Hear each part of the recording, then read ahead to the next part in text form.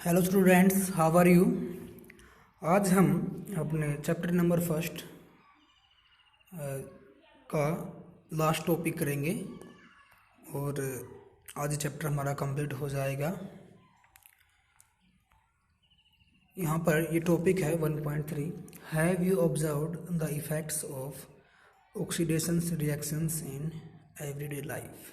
यानी कि हमने यहाँ पर रीड आउट किया हुआ है कि हमें पता है कि जो ये ऑक्सीडेशन है ये क्या होता है। इसमें एक केमिकल रिएक्शन है जिसमें क्या होता है, ऑक्सीजन को एडअप किया जाता है या इसमें ऑक्सीजन का एडअप होता है। तो यहाँ पर हमारे पास आज टॉपिक है कोरोजन का। इसको आप पहले जो हमारी प्रीवियस क्लासेस हैं आप उसमें इसको शायद पढ़ चुके होंगे। आज इसको हम फिर से जिन बच्चों को पता है उनके लिए रिवीजन हो जाएगा और जिन बच्चों को पता नहीं है वो आज इसमें से कुछ नया सीखने की कोशिश करेंगे। और यहाँ पे एक बात ये है कि जो कोई स्टूडेंट्स वीडियो देखता है तो वो अपना नाम नीचे कमेंट बॉक्स में ज़रूर लिखे ताकि इस बात का हमें पता चले कि कौन कौन ये वीडियो देखता है। तो चलिए कोरोजन को स्टार्ट करते हैं। You must have observed that iron articles are shining when new but get coated with a reddish brown powder when left for some time. यानी जब भी हमारे पास कोई लोहे की चीज़ें होती हैं, आप आसपास देखेंगे, जब भी हमारे पास कोई आयरन के आर्टिकल्स हैं वो स्टार्टिंग में आपको बिल्कुल चमकदार मिलेंगे, शाइनिंग करेंगे, लेकिन कुछ टाइम के बाद उनके ऊपर एक रेड कलर या फिर ब्राउन कलर का पाउडर उसके ऊपर जम जाता है। This process is commonly known as rusting of iron. इसी प्रोसेस को हम क्या बोलते हैं, रस्टिंग ऑफ आयरन। यहाँ पर हम जंग लगने की बात कर रहे हैं।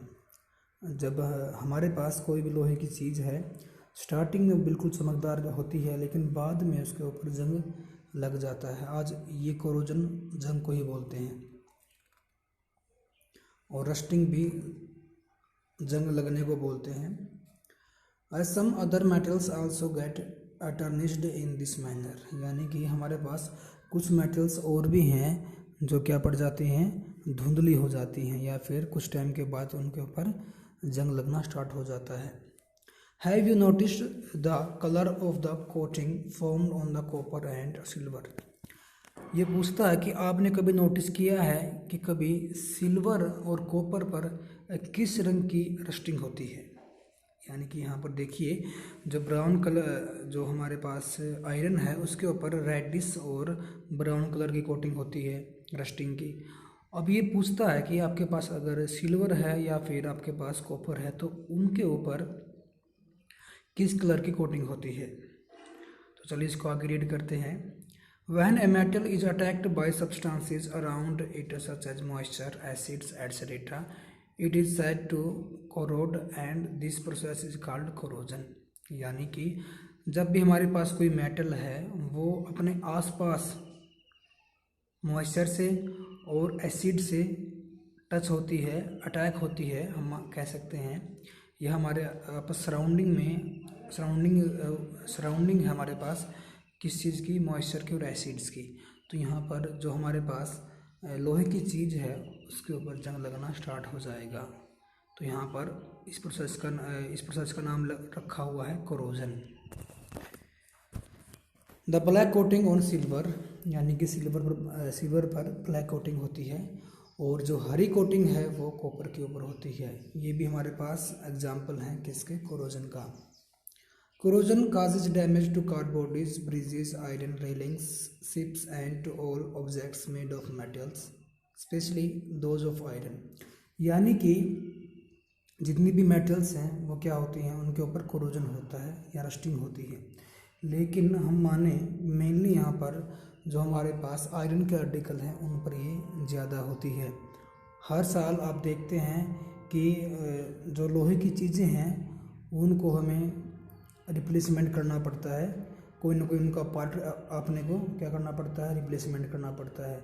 क्योंकि लोहे का जैसे कोई ब्रिज है हमारे पास, इसमें जो भी एग्जांपल लिखे हुए हैं, ब्रिज है, आयरन रेलिंग है, शिप्स हैं, और जो हमारी कार की बॉडीज़ हैं, तो आप देखेंगे कहीं ना कहीं पे उन पर रस्टिंग लगी होती है, उनके ऊपर जंग लगा होता है, और हमें हमारा जो बहुत सारा पैसा जो हमारे लोहे की चीज़ें हैं उनके पार्ट को बदलने में लग जाता है। तो आगे हम चैप्टर नंबर 3 में इस जो ये कोरोजन है इसको डिटेल में रीड आउट करेंगे। आगे हमारे पास rancidity. Have you ever tested और smelt that fat oil containing food materials left for a long time. यानी कि ऐसा हमारा फूड मटेरियल जिसमें क्या होता है, फैट होता है, ऑयल होता है, तो आप अगर हम उसको खुला छोड़ देते हैं कुछ टाइम के लिए, तो बाद में हम देखते हैं जो उसका टेस्ट है, जो उसकी स्मेल है, वो चेंज हो जाती है। ये चेंज क्यों होती है? क्योंकि जो हमारे पास फूड मटेरियल है वो हमारा ख़राब हो जाता है। ख़राब होना यहाँ पर हमारे लिए ख़राब हो जाता है, लेकिन वहाँ पर एक्चुअल में क्या हुआ है, एक केमिकल चेंज हुआ है। उसी केमिकल चेंज से वहाँ पर नया प्रोडक्ट बना है। When fats and oils are oxidized, they become rancid and their smell and taste change। जब हमारे पास फैट्स या ऑयल होते हैं और उनमें वहाँ पर ऑक्सीजन का एडिशन हो जाता है, तब वो बदबूदार और जो उनकी स्मेल है वो काफ़ी और चेंज हो जाती है, और उनका टेस्ट भी चेंज हो जाता है। Usually substances which prevent oxidation are added to foods containing fats and oil। यानी कि हमेशा जहाँ पर ऑक्सीडेशन की संभावना है वहाँ पर एंटी ऑक्सीडेंट्स को ऐड किया जाता है, ताकि यहाँ पर ऑक्सीडेशन ना हो, जो हमारा ऑयली और फैट कंटेनिंग फूड है वो ख़राब ना हो। Do you know that chips manufacturers usually flush bags of chips with the gas such as nitrogen to prevent the chips from getting oxidized।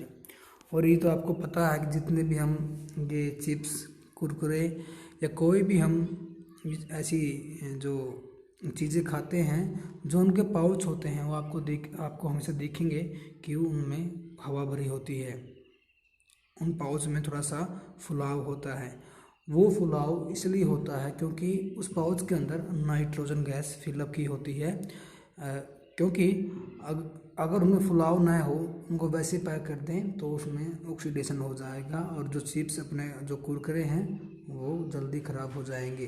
तो ऑक्सीडेशन बचने के लिए यहाँ पर नाइट्रोजन को जो उनके पाउच होते हैं उनमें भरा जाता है। तो आज ये हमारा ये चैप्टर समाप्त हो गया है। आपको जितने भी यहाँ पर चैप्टर के बीच में जो क्वेश्चन आए हैं आपको वो लिखने हैं। उनके लिखने के बाद यहाँ पर जो टेक्सचुअल क्वेश्चन हैं वो आपको कॉपी पे लिखने हैं। और ये याद रखें कि जहाँ पर ये है लिखा हुआ है व्हाट यू हैव लर्नड, आपको ये पॉइंट्स एक बार घर पर अपने अच्छे से रीड करने हैं कि हमने क्या क्या सीखा है। ये हमारा एक हेडलाइट होती है चैप्टर की कि हमने क्या क्या पढ़ा और हमने क्या क्या सीखा। तो आज के लिए बस इतना ही करेंगे। और ये बात मैं आपको फिर से बोल रहा हूँ कि जो बच्चा वीडियो को देखता है वो कमेंट बॉक्स में अपना नाम ज़रूर लिखे, ताकि हमें पता चले कि कौन कौन बच्चे हमारी वीडियो को देख रहे हैं। तो इसके बाद हम कोई नया चैप्टर स्टार्ट करेंगे। इसमें किसी भी टॉपिक में अगर आपकी कोई प्रॉब्लम है, वो चैप्टर हमने रीड किया है, कोई भी आपकी प्रॉब्लम है तो हमें जो व्हाट्सएप ग्रुप है अपना, उसमें कमेंट कीजिए, उसमें आप पूछ सकते हैं जो भी आपकी कोई प्रॉब्लम है। हाँ, इसके बाद आपको एक बात याद ये रखनी पड़ेगी कि जब हम इनका टेस्ट लेंगे इस चैप्टर का, तो आपको ये बात छोड़नी पड़ेगी कि सर टेक्सचुअल का टेस्ट ले लेना, कि जो चैप्टर के बीच में आए हैं उनका टेस्ट लेना। क्वेश्चन कहीं से भी बन सकते हैं अब क्योंकि आप 10th क्लास में हो चुके हैं। और ये जो अपनी क्लास में जो 4-5 बच्चे ऐसे हैं जिनको ये हैबिट अपनी ठीक करनी पड़ेगी। और मैं आपको बता दूं कि ये क्वेश्चन करने के बाद कुछ और क्वेश्चन हम जो पेपर के अकॉर्डिंग पेपर में आए हुए हैं उनकी एक PDF अपने ग्रुप में डालेंगे, ताकि जो आपकी तैयारी है वो आगे अच्छे से हो पाए। तो चैप्टर में जिसकी भी प्रॉब्लम है तो वो अपने उसमें ग्रुप में बता सकता है। आज के लिए बस इतना ही करेंगे। होप कि आप कोई चैप्टर समझ में आया है। चलिए फिर, धन्यवाद आपका।